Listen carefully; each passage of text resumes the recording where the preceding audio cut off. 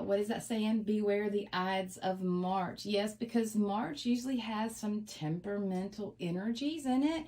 And I urge you to check out my astrology that I will be posting to find out some more about that, because there's a lot of interesting things that are happening this month.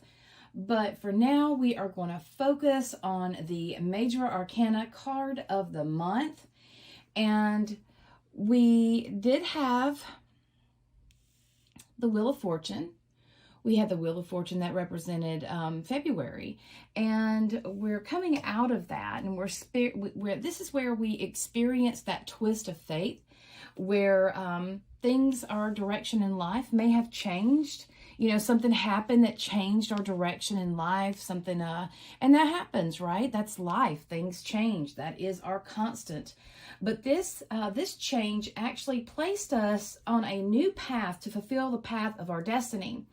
So the Wheel of Fortune, it can be seen, and you see it's a wheel. It looks like a portal. It is seen as a portal of ascension, meaning you are growing, becoming higher consciousness.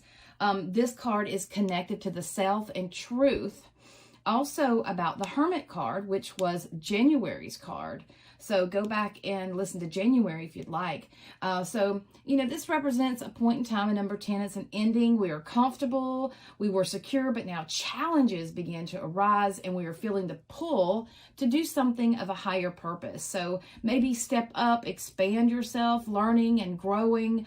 And, you know, that is basically the Wheel of Fortune. So now we're going into March, and I'm leaving this up here because the Strength card is the major arcana card of 2024.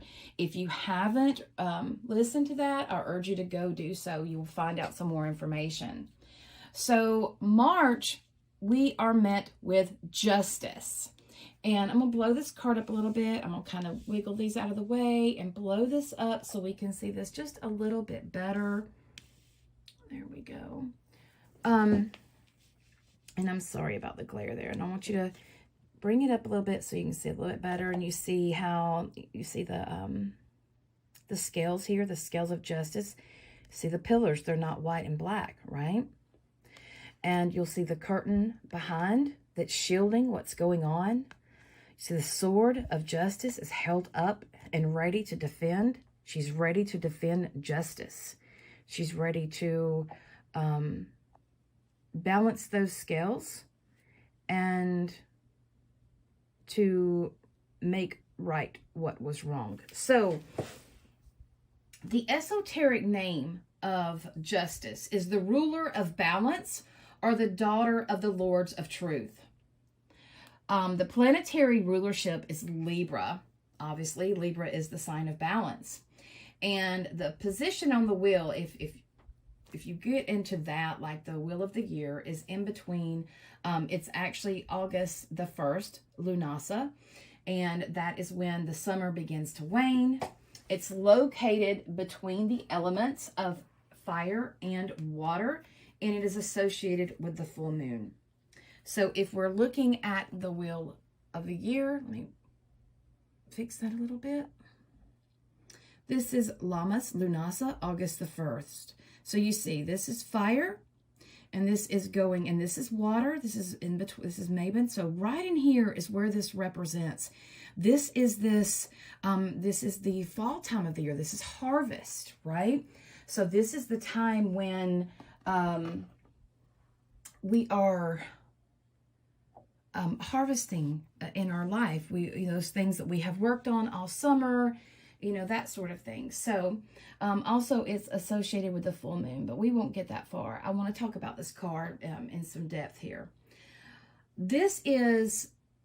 We have come halfway through the fool's journey, and now we come to equilibrium. This is a place where we are directly experiencing alchemy at work within us. Now, if we look at the Strength card, we see this infinity sign here.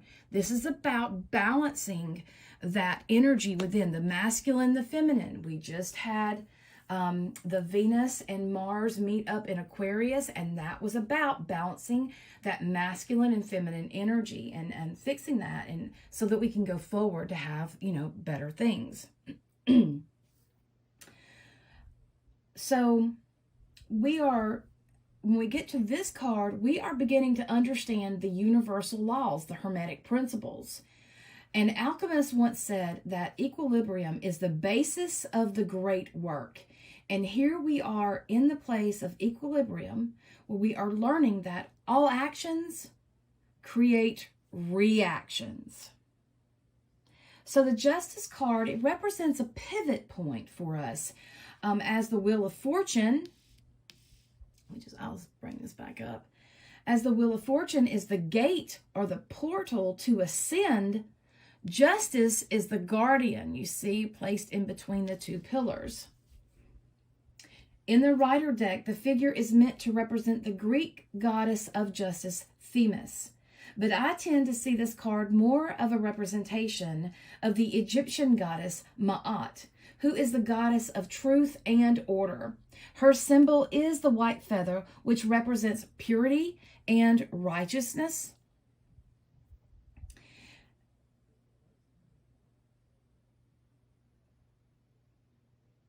And another symbol of Ma'at is the primeval mound upon which the Creator God stood at the beginning of time. It was when the world was created and chaos was eliminated that the principles of Ma'at were set in place. The Egyptians believed that if the Pharaoh ever failed to live by and maintain Ma'at laws, that chaos would return to Egypt and the world and all would be destroyed. And I look at this card and I go into this and I look at this a little differently now, because I see how the world is in chaos right now, and I see where the scales of balance have been obscured. They have been tampered with. And there is not a balance going on, because victims in our world right now are treated as the bad guy. The victims have to defend themselves against their perpetrator. So when someone is breaking the law and stealing from them, they are the ones the victim is having to punish, while the intruder, or the one that is breaking the law, is set free to walk. So this is bringing a lot of chaos to the world. Ma'at is not being served. So another role of Ma'at was to guide the sun god Ra as he made his way across the skies. It was she, Ma'at, that determined the course that his boat took across the sky each day. And it is also stated that she traveled in his boat with him, guiding his direction. Now, this is very interesting when we are considering what all of this means within this card. You see Ma'at set on the scales. Once a soul transitioned over into the afterlife, they would have to pass through trials in the underworld, which would basically be like a life review. It was a place where the soul could release attachments to the material world, as well as, they could release the regrets and the other things that were just the illusion of that physical life, so they could go on to the next life, their afterlife. When the soul was ready, they would then go into the halls of judgment, where the person's heart would be placed on one side of the scales, while Ma'at's feather was on the other. So the heart was measured against the white feather of Ma'at. It was Thoth, Lord of Wisdom, that measured the balance. And then the person would stand before the 42 gods of the Egyptian pantheon, sort of like repentance, as well as what their heart knows. So once the heart weighs as light as the feather, they would then be allowed to walk through the gate right here to be with the eternal gods, living a pure life without burdens. And I really wanted to include this because these are the aspects that are very important when dealing with this card.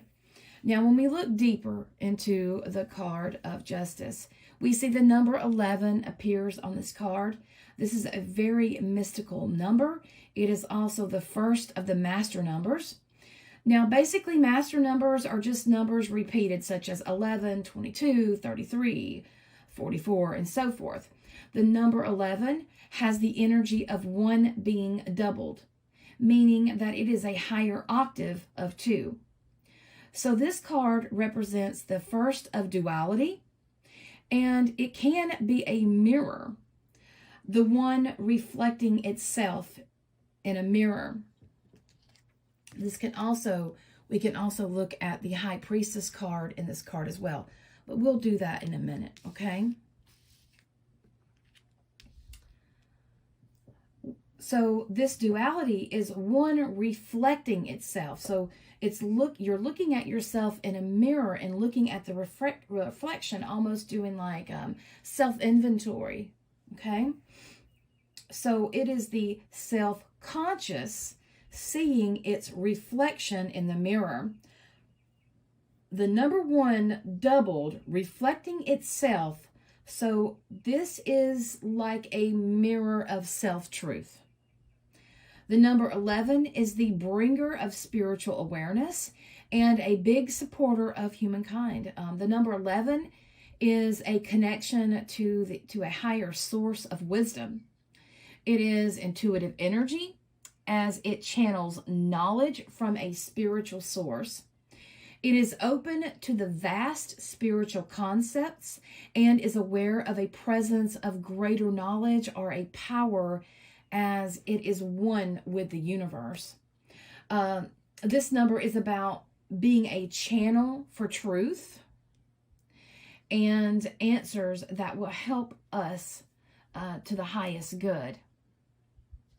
Now, when we look at this card in depth, we see a blonde woman with scales in her left hand, and which represents balance, and a sword in her right hand, which stands for discernment, in which both are needed to make good decisions. This woman is sitting in between the pillars of polarity.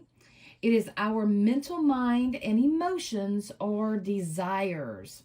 So this card asks us, do our deeds, actions, intents, motives, and outcomes, do they weigh, or, are they out of balance? How do they weigh? The function of justice is to compensate for any imbalance. So it is saying which side needs adjusted. If one is imbalanced on mercy, then severity occurs. Her sword is lifted in a defensive way, telling us that no one can escape this level. Her sword is pointed upward, which is a positive pose, meaning victory. Another look at the sword, we can see that it is double-edged. So that means that it swings both ways. So it can either cut away or it can consecrate. This sword separates what is false from what is truth. This card acts as a pendulum that has settled into the center. She's wearing a crown which represents Keter, or Keter, K-E-T-E-R. That is the highest top of the tree of life, the crown. This is the highest, most perfect state of being. This crown is sometimes referred to as the crown of maintenance. And she's wearing a golden cape, which symbolizes that she is to maintain purity and equilibrium. Her robe is red and green, which stands for Mars and Venus, the divine masculine and the divine feminine working together. Okay. This card is also associated with the Emperor, as red symbolizes action. That is the card of Mars, actually the Emperor card, and as well as the Empress card, which is the color green, represents Venus and the goddess of nature and beauty. So you see, this is masculine and feminine energy that work together in order to bring justice or equilibrium. When red and green come together, they make the color gray, which symbolizes wisdom and neutrality. You see all this gray? And if you'll notice, the pillars, her seat, again, that's all gray. This wisdom and neutrality, that is the foundation of justice. The yellow in the background represents the air element, which is our thinking capacity. She has her let's see here.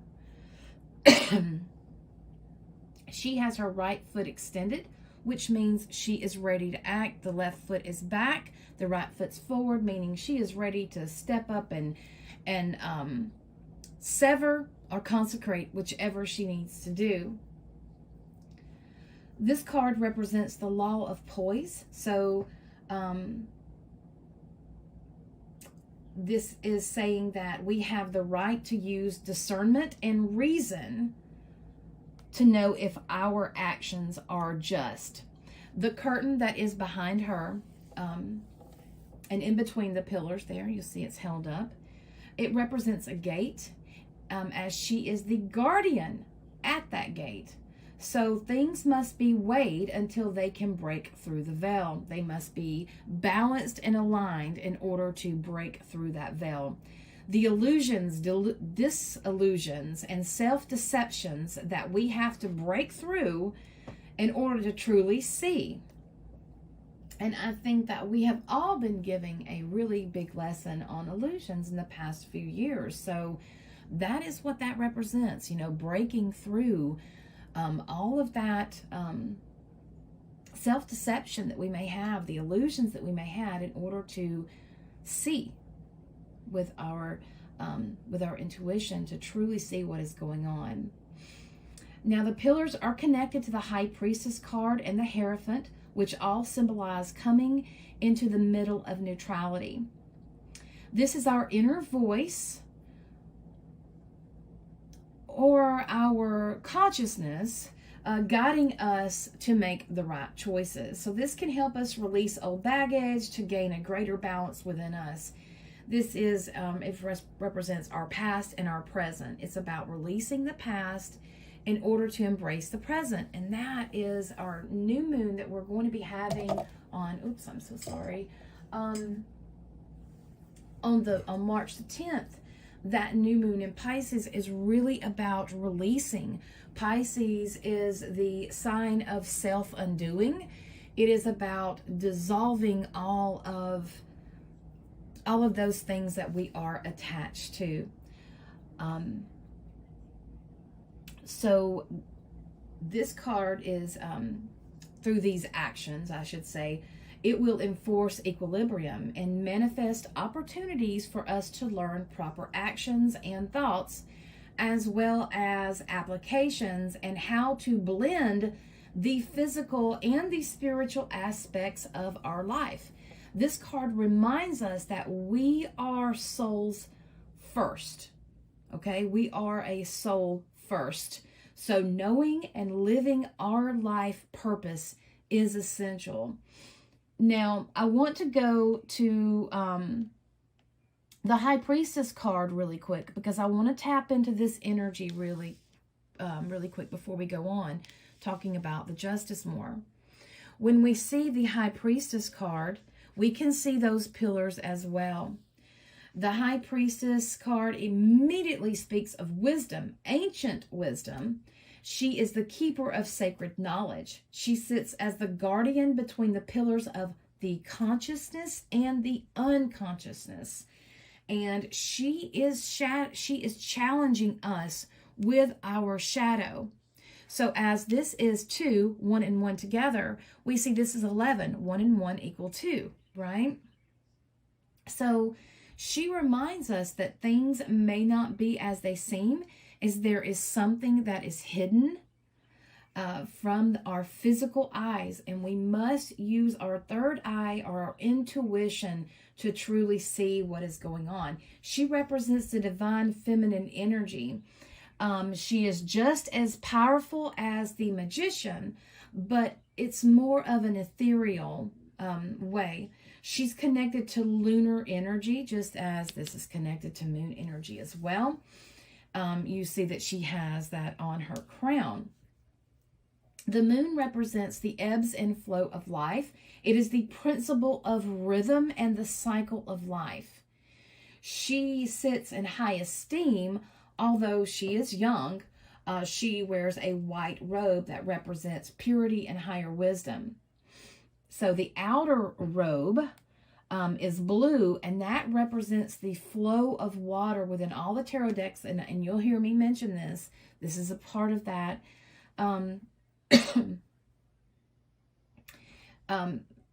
All the water within the tarot deck is sourced from the High Priestess card. It's the root of all matter. It is the prima materia. So it represents the flow of energy, representing the principle of vibration. And according to Hermetic teachings, matter manifests from the thoughts of the one mind, the law of mentalism. But the High Priestess represents the subconscious.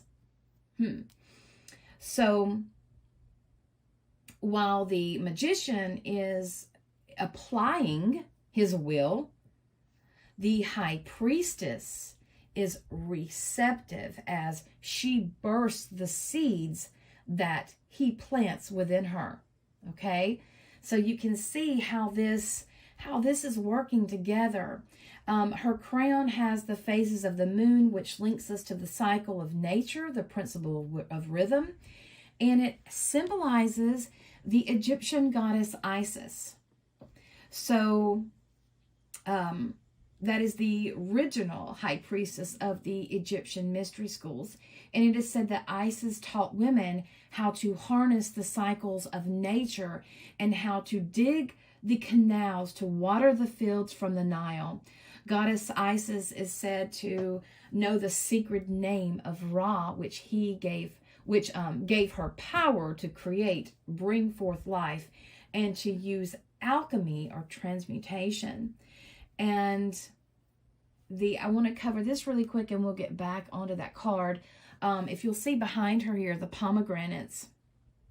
The pomegranates represents feminine sexuality, and the palm leaves that are on here as well represent masculine sexuality. So the curtain behind her veils us from the cosmic sea of the mind, the universal mysteries. And this is where the masculine and the feminine energies come together. That is where creation happens. We have to bring those energies together, masculine and feminine energies, in order to create. And on her chest, everybody was like, why has she got a cross? Well, this is not necessarily it's used now to represent Christianity, but that's not its original meaning. That's why I always say it's important to do your research on these things, on these symbolisms. The equal arm cross represents this balance. It is the 4 elements, and it is used as protection for many people. So she she is sitting on this on like a stone bench, and that represents the container of creation, which is the soul. So that's all I'm going to say about that. I want to get back into justice here, because I don't want us to I don't want this to go forever, because I can go forever with these cards, because I love this. This is I like the way that I love to explain these cards to people so that we can look in more detail. So the Justice card is all about equilibrium, and through the challenges that we have been faced, right? Through the challenges that we're facing, we've had to go through. Now we're at a point where we're trying to rebalance our life. So this card is the center of the tarot cards, and it represents the big pivot in our life. As the Wheel of Fortune is the gate, Justice is the garden, and it's telling us, guardian, and it's telling us that we need to grow up and take responsibility for ourselves and our life. This card is connected to karma, cause and effect, which is one of the Hermetic principles. The effect doesn't mean immediate, like what is happening right now. It can also mean decisions and choices that we have made in the past that have been brought to us and where we are, that have brought us to where we are right now. So this represents, like, you know, what those choices, if we're complaining about where we are right now, it's our own fault, because it's the choices and decisions that we've made in the past that have brought us to this point. This can even activate the justice energy within us, you know, on the emotional and mental and spiritual planes, reminding us of discernment. Discernment in our actions, discernment in our thoughts, in our words, and our emotions. While Mercury has been in Pisces, he won't be in Pisces long. He will be moving into Aries. And while he is in Pisces, he's a little muted because he's under that, you know, he's in the deep, dark Piscean waters that weigh his wings down. So when he moves into the sign of Aries, his wings will dry off. And so you really need to be careful, because this could be saying things that are hot-tempered or reactionary. So use discernment in your words, as well as emotions. Aries is passionate energy. Not only is Mars war, it is also passion. So we have to remember that, you know, use discernment, level out our energy with that, mental or spiritual planes, all of this, our words, our emotions, all of this, we need to learn to use discernment. Now, justice does compensate any imbalance on the side that needs adjustment. And that's why I'll always say, whenever you serve justice, make sure that your plate is clean. Because when you serve justice at the table, you can rest assured everyone will be served a portion of that pie. Now, when it operates in weakness or shadow, it can be too judgmental or represent one getting caught up in the duality of things. This is about not making good decisions, and it advises one that they need to come to a greater state of peace and grace. So this card is about dealing with consequences, about letting go of the past, having revelations, as well as giving us the courage to achieve greater things in life. And it can also mean forgiveness, that it's time to forgive and move on. The Justice card, like I said in the beginning, is associated with the astrological sign of Libra, which is an air sign, and it's very active. Libra is about refined balance and truth. Libra rules the 7th house, which is the house of all partnerships and close relationships, as well as open enemies. Libra can be very fair, but they can be judgmental. Libra is ruled by Venus, the Empress card, which is about regeneration and peace, especially in nature, and it means tranquility. Libra's personality is a balance and about adjusting that balance, and it is about its motto is I adjust, I agree, and here's a key one, I harmonize. And that is your key word here, especially as everything that is going on astrologically, as well as in our mundane life. So Libra works specifically with strength, integrity. It is objective, and it reminds us of responsibility and the responsibility that you have. Whatever you send out will come back in some way, in some form and fashion. So some of the people that have played a role in the Justice card in our lives say, you know, what does this represent? Well, it can represent your parents. It can, like when you were a child, if you were exhibiting bad behavior, your parents would have to discipline you, have to show us the consequences of those actions. And this discipline can be just, and help us grow, as well as have a better life in our future. The Justice card reminds us that we need to have a balance between our work life and our personal life. This is about harmonious energies, and they need to be working through our life, our body, at all times. Now, when we begin to work on bringing more balance into our life, we are also calling the energy of justice to us. So our words will be weighed. This card can help us heighten our ability to be just and to discern the truth from what is false, as well as to bring greater harmony into your life. And sometimes facing those truths that we really don't wish to face can really help us out bringing harmony,